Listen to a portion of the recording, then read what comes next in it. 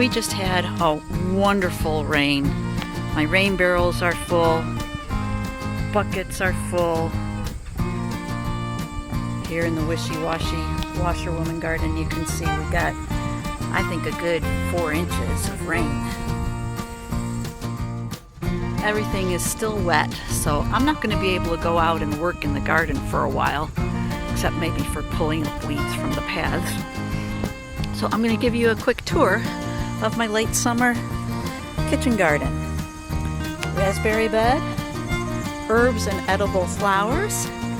As you can see, garlic chives are blooming. I still have parsley going to seed.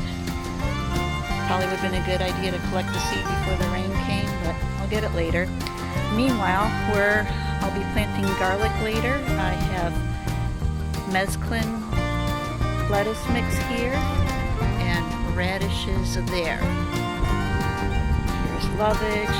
There behind the blooming chives is sage. Rose thyme, which does smell and taste like roses. Lemon balm.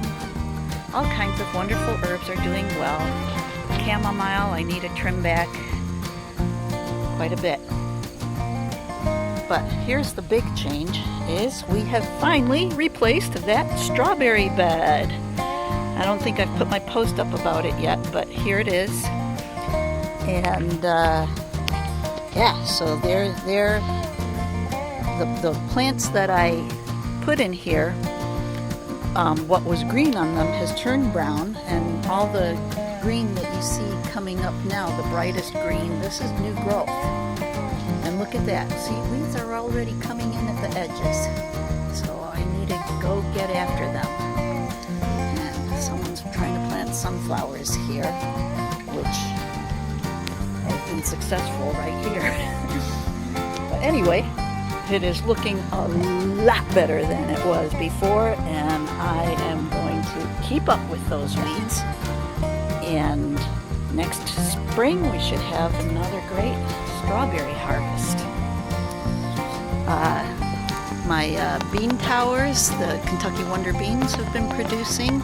They're slowing down a bit, but I'm still getting a good colander full every few days. And I'm still waiting on harvesting the dry beans, black turtle beans that I planted this year for the first time. And over here by Mrs. Green Beans, zinnias have been blooming, and the amaranth, I actually just propped it off after last night's rain. It was leaning over and covering her face. All my tall flowers, the amaranth is bowed over. Sunflowers, you know, I've been struggling to prop up the ones that I can, and over there you can see, and I've kind of given up on some.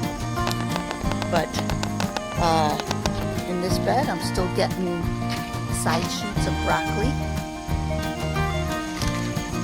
So, still harvesting lots of Malabar spinach for my salads. I've got to get some of the red cabbage out and start fermenting it for sauerkraut. Here's the beginning of my fall garden. This is the area where I planted some beets. Have another video reporting on that, and on their own, amaranth and radishes have come up here because I let a lot of radishes go to seed in this area. And then on the other side of the bikes also have radishes that self-sowed, and I tried planting some snow peas, but I only see 1 or 2 left in here of them. So again, not a lot of hope for fall snow peas here. But that's the bike's bed. And then the last 2 beds here are the tomatoes, which have been producing wonderfully. Look at all these that are still yet to ripen and harvest. Some of these that are just turning pink can be harvested, and I bring them inside to finish ripening. And also down the middle, I'm still getting, they've slowed down quite a lot, but I'm still getting those wax beans. So everything really is growing and overgrowing here in my kitchen garden, also known as